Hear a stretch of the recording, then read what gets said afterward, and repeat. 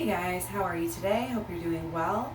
I want to talk to you guys today about the kind of the actions versus belief argument that we have between Paul and James and Jesus, quite frankly. Um, in a way, it's like I'm surprised that this is such a big argument. In a way, I totally get it, but in a way, it's surprising because it is pretty clear. And Jesus' words himself, I mean, you would think we would follow Jesus over Paul, but in effect we don't. We don't follow Jesus' own words. And that's what we're going to talk about today. So looking at Matthew 5 specifically, there's a couple different places I just want to look at and want to talk about today. And sorry, I'll probably end up redoing this video and talking about it later. It's like the middle of the night and I've just been learning so much. I just have to talk now. Like, I can't wait any longer.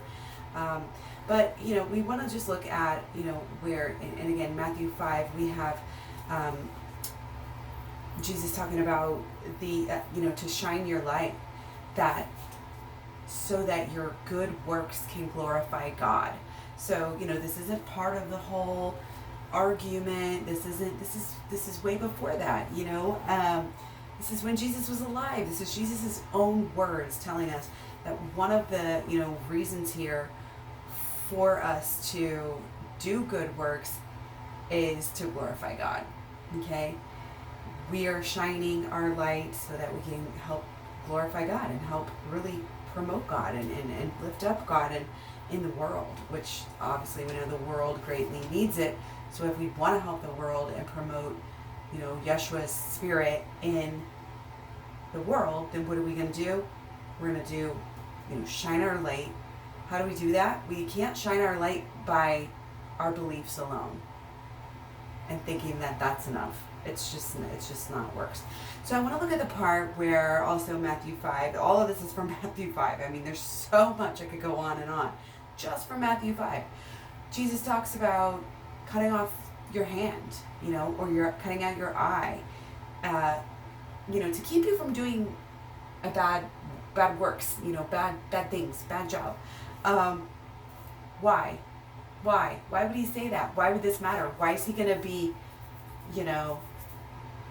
why is he going to say something like that and go to that extreme if what you do doesn't matter and that it's all about your beliefs? Makes no sense whatsoever. We have to think critically. Jesus, that leads me right into the next comment, the next point here about false prophets. And specifically, not just talks about the narrow gate, and not just the false prophets, but then goes on to say the false prophets are basically purposefully misleading people. They are wolf in sheep's clothing, but are inwardly ravening wolves. Okay, so just set this up, keep this in mind, okay, because it's going to help us, okay? But after that, he says, by their fruits, you will know them. So first of all, we have to deal with, again, this aspect of false teachers, false prophets.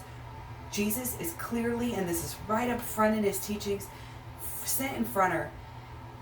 You have to be discerning. You have to test not only, people you're going to listen to and follow in your life, especially about spiritual matters. Jesus is clearly warning us to be spiritually discerning here. Okay? We're not listening to the Joel Osteens and the this and that and this and, even the Pauls of the world, because we're being so discerning. I digress. So, again, by their fruits, you will know them. So again, here we have our actions, as this is the second time here, at least it's been mentioned in the one chapter, of as a way for us to tell if other people are worthy, if other people are glorifying God or not, if other people are worthy of being, teachers and preachers, prophets or not.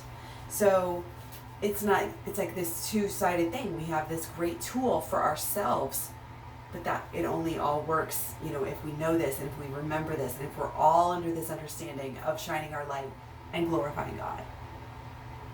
it's very necessary, obviously, for numerous reasons. Again, numerous aspects here. Okay, goes on again to say here in Matthew 5, not everyone who says to me, this is the kicker, this is the real clincher here. Jesus literally says, not everyone who says to me, Lord, Lord, will enter. Okay, so maybe they're like the false prophets. Maybe they're just not getting into heaven here, not getting, because it's not what's in their heart. No, that's not what he's saying, because he goes on to say, well, hold on, let me go back here.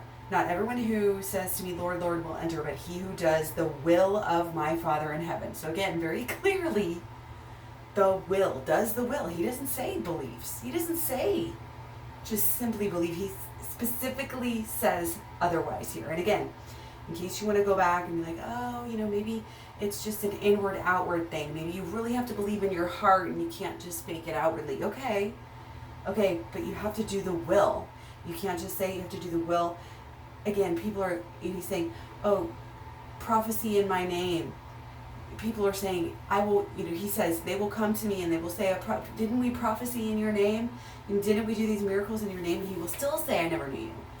So, okay, so on this flip side, you have people that are doing deeds, okay, but they believe that these deeds, this is like the kicker.